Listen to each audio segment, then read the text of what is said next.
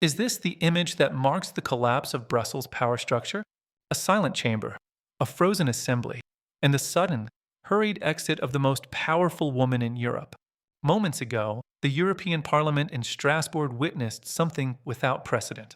Ursula von der Leyen, President of the European Commission, did not finish her speech. She did not wait for applause. She did not take questions. She gathered her papers, her face drained of color, and walked out.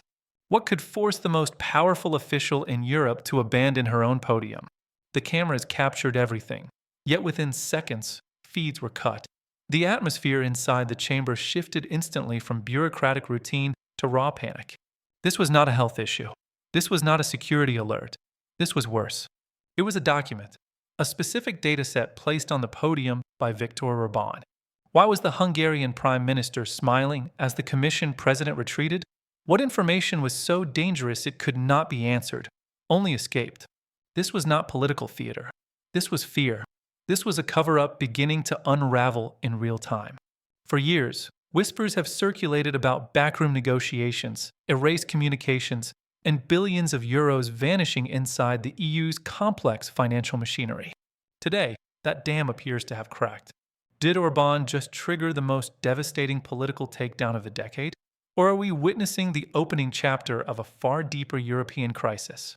Stay with us, because what comes next is not just scandal. It is reckoning. To understand why Ursula von der Leyen walked out, you have to look at what happened just minutes earlier.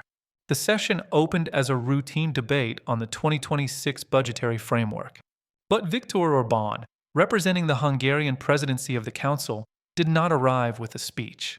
He arrived with a dossier, a thick black binder labeled simply the shadow budget. This was a calculated ambush. Orban did not raise his voice. He spoke calmly, precisely, almost coldly.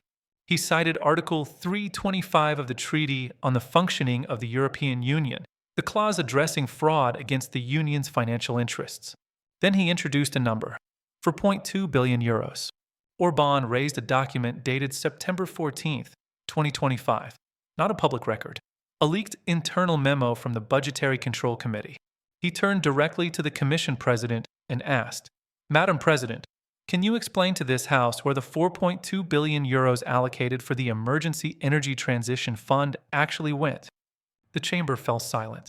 That money was intended for Eastern European infrastructure. But Orban's data showed something else entirely. According to the transaction trail, the funds were not transferred to Warsaw or Budapest. They were routed through a subsidiary of a major consultancy firm registered in Delaware, with operational offices in Luxembourg. Then came the conflict of interest allegation.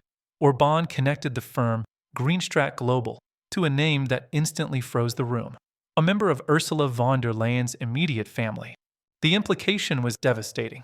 The accusation, EU taxpayer money diverted into a private entity with personal connections, disguised as green energy subsidies. This was not mismanagement. This was alleged embezzlement. The reaction inside the chamber was immediate and chaotic. Members of right-wing blocs began pounding their desks, demanding an emergency suspension. The Greens and Liberals, usually the Commission President's strongest defenders, sat motionless.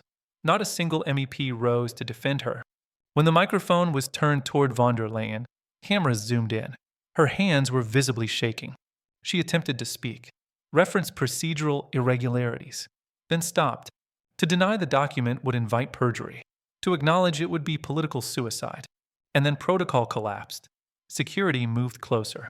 Instead of answering, von der Leyen signaled to her chief of staff. They gathered their files. The microphone was left open, capturing the sound of hurried papers and a whispered phrase, "Not here. Get me out." As she exited, chants erupted across the chamber. "Resign. Resign." Orban then delivered the final blow. He claimed this dossier was only the first file. He stated that he possesses 15 terabytes of encrypted data from a whistleblower inside the Parliament building. He referenced secret negotiations, unapproved contracts, and decisions made without parliamentary oversight. The European Public Prosecutor's Office was named. If a formal investigation begins, the Commission President's immunity disappears. This is no longer political debate. This is a potential crime scene.